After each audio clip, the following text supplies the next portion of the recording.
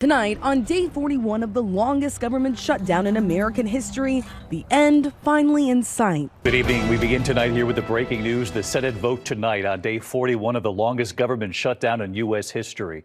The end to this shutdown possibly in sight now. A handful of Senate Democrats siding with Republicans on a plan to reopen the government overnight.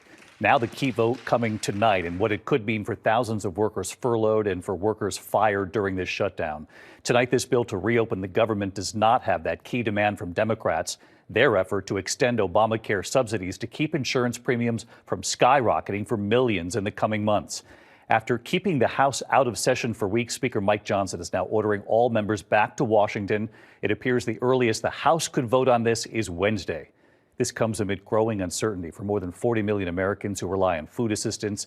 Even if the government reopens on Wednesday, it could take many days thereafter to get air travel back up and running at normal levels.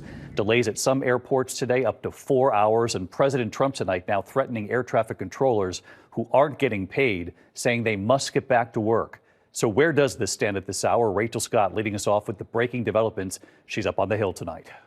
Tonight, on day 41 of the longest government shutdown in American history, the end finally in sight. 8 Senate Democrats breaking with their party to support a bipartisan bill to reopen the government. But it does not include Democrats' key demand to extend Obamacare subsidies to prevent insurance premiums from doubling for millions. Given that Republicans won't promise to vote yes on extending insurance subsidies to prevent premiums from soaring for millions, I asked Democratic Senator Jeanne Shaheen why she's now willing to reopen the government. Why put up this fight for so long if in the end you didn't end up getting your key demand?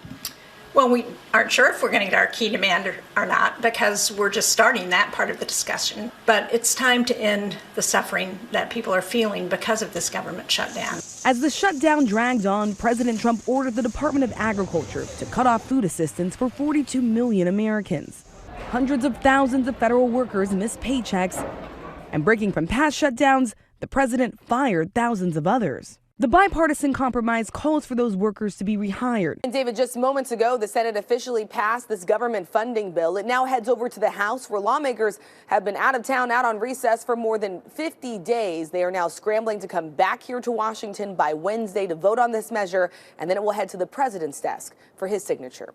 David. Shut down, the Senate voting tonight, the House, the soonest it could vote, as Rachel said, Wednesday.